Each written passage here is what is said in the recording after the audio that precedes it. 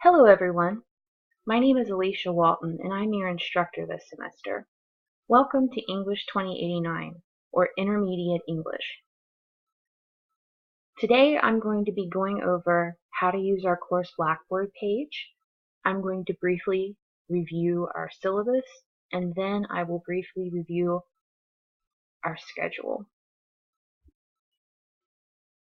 So first you'll notice when you log on to our Blackboard page that the first page you see is the announcements. And this is just a listing of messages that I send you throughout the semester. I typically send 1 to 2 a week just to touch base with you. So you're going to want to make sure that you check your UC email on a regular basis. Also, make sure that you log on to this page on a regular basis as well. It's going to be impossible to keep up with the coursework without logging onto this page on a regular basis. So the first thing I'm going to direct you to look at is to the left here. You'll notice that this is a menu or listing, and so far what you're seeing here should look pretty similar to what you have. So if you want to get to announcements, you click here. Attendance verification. You're going to want to make sure that you complete this during the first week. You should complete this so that the registrar gets an accurate reporting of your attendance within the course. And there can be some unfortunate issues if you don't complete this verification, so please do so as soon as possible. We've already went over the announcements. The course overview pretty much talks about what I'm talking about right now. There are a couple of things that you can review on here that I'm not going to be able to talk about today, or I'm not going to really have the time to talk about today, rather. First, there's the video, How Do I Do an Online Class? My colleague Jen Coster recorded this, and I thought it was a very good reference for those of you who might be new to taking online courses. It talks about management with time, etc. And it's a very valuable video to watch, so I encourage you to watch it. The second video is specifically regarding course navigation, and it goes a little bit deeper into how to use each of these sections than I'm going to be able to do today. And I mentioned here that this was a course navigation video that I used last year, so please ignore any references there might be to having a co-teacher, which we do not have this semester. And then the rest of this here is also such as the student learning outcomes and the course description. These are things that are also listed in the syllabus. Another helpful little nugget of information here is the Getting Help section. If you happen to have any difficulty with using Blackboard, as far as for some reason things aren't opening the way they should, or you're just having difficulty with regularly opening up Blackboard, these are the numbers that you're going to want to call. You can also chat with them 24/7. If you click here, you can submit a request by sending them an email. And this is also, if you click here, you can get a listing of their current hours of operation. Okay, next up, the syllabus and schedule. The syllabus, I typically leave this pretty much the way that it is. Sometimes I do make updates though.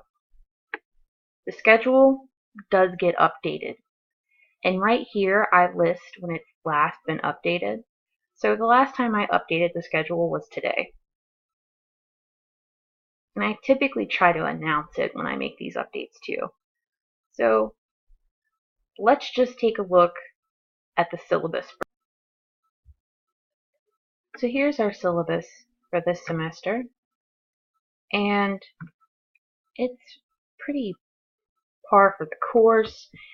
One of the differences you might notice is that my office hours are by appointment and that I keep them online and via phone. So my office hours are virtual.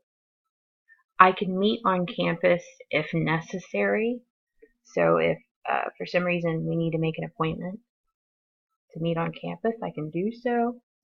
But for the most part, I will be meeting with you via Skype or via WebEx, depending on your needs. And if you ever need to meet with me, or if you ever have any questions, just please reach out, and I'm more than happy to help.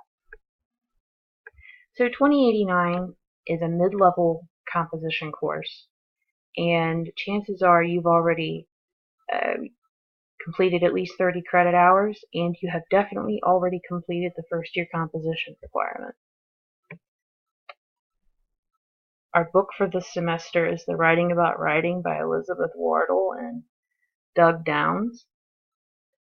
And the only other thing that you really need to have for this course is regular access to a computer and the internet. So this goes over the course description a little bit, and also this next section excuse me, goes over the distinctions between first year composition, that's what FYC is, and intermediate composition, which is the course that we're in now. So in first year composition, you're looking to figure out the strategies for developing a persuasive argument. Not only are you looking for how persuasive arguments are used and how those strategies are employed, but you're also learning a little bit about how you might do that yourself. In intermediate English, or composition, excuse me, you're not just talking more and contributing to this conversation regarding the strategies for deploying persuasive argument. You're now participating in that discussion. And that means that you should be able to develop an awareness of how meaning is made, questioned, and expanded upon.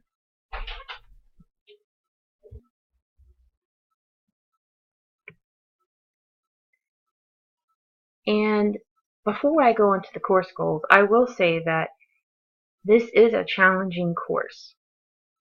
It's not by any means what I would consider easy. And I think it's a good thing for you to go into the course knowing that. I don't think that it's impossible for you to take this course online. It's certainly not impossible for you to take this course online and get an A. Nothing like that. But it is challenging. You will have to put effort into it. It's going to take some time each week, anywhere from 5 to 15 hours of your time for you to complete the associated work with this course, for you to complete this course successfully. So here's an overview of the course goals. You can read through those if you'd like on your own. And the course policies, I expect participation. I expect that your work is your own and that you're not plagiarizing, you're quoting any work that you use, that you format via MLA formatting guidelines. And we'll discuss that as we get further into the semester. Also, regarding late papers, I only accept papers that are on time. As a general rule, late papers are not accepted. If you have some kind of situation in which you need to turn in a paper because of something that's going on, an emergency that's come up, etc., please send me an email and we can talk. Also, if you know that something's going on beforehand and you can't turn in a paper for some reason on a due date, it helps if you talk with me beforehand.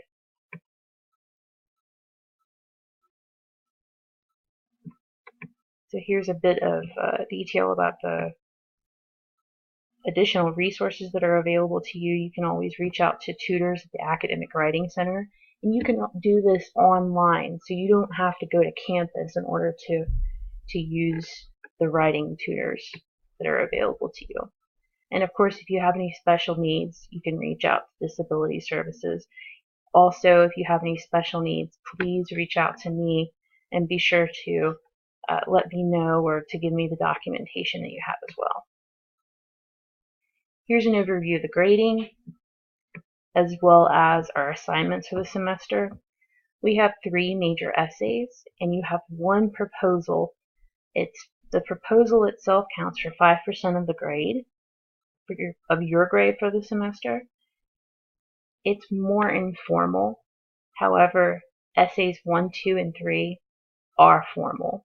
This is a total of 55% of your grade. Discussion board posts, journal entries, and any additional writing assignments that we might do through the course of the semester are worth 30% of your grade. Peer review is worth 15%. And then this is a quick rundown of the 3 major assignments, if you'd like to look through those. And as those come up, we'll talk about them more. Be sure to keep this document and look back at it. You don't really have to print this one out, but make sure you keep it somewhere so that you can have access to it and look back at it when you. Next up, I'd like to quickly go over the schedule. The schedule for this course, I keep it very direct. So if you look here, you'll see the day in the week, the assigned readings, along with the coursework. And so coursework covers what's expected out of the week. And then we have a listing of due dates in this column.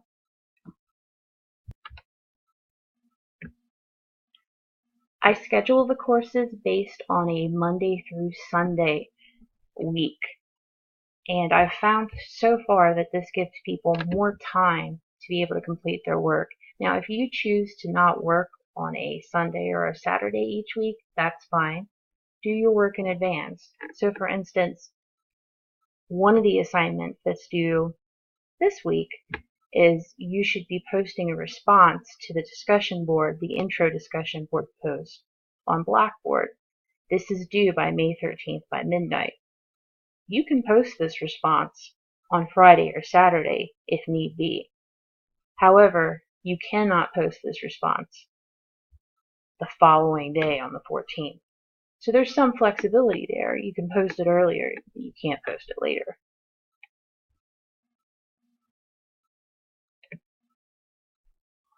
Here's a listing of the readings.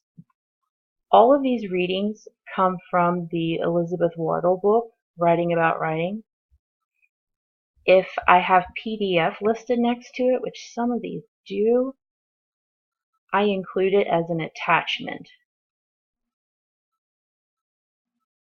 So you'll have access to that document. So here in the coursework section, as I mentioned before, I have a listing of everything that you have to do for this week. Another way you can see this, that's actually even more helpful, is to look in the weekly work section. So let's get back to the weekly work section here. And you'll find that, again, if you look to the left of the page on Blackboard, you'll find weekly work. So click that tab, and you'll see the week listed here. And those will pop up. They're released every Sunday. So you'll see week 1, week 2, week 3, week 4, all pop up as I make them available. You click week 1, and you'll see the same thing here. This is a listing of the work that you're expected to complete by the end of the week. So here you have the attendance verification. You need to respond to the discussion board and introduction. And for that one, you'll be posting an introduction of yourself, and I'll have more details on that within the discussion board. And then you're also going to post replies to 3 of your classmates by Sunday, May 13th at midnight. Then you complete the readings for the week. You'll complete journal entry number 1, and you'll watch the lectures. Down here we have the readings and we have the lectures.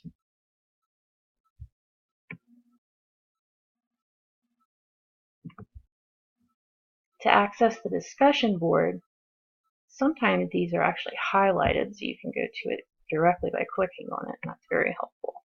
You can go here. Just follow the instructions listed, and then in order to make a post, to create a post, click Introduction, and then click Create Thread. And you can see the forum description up here, so you can see the instructions for what you need to be doing there. And then hit Submit.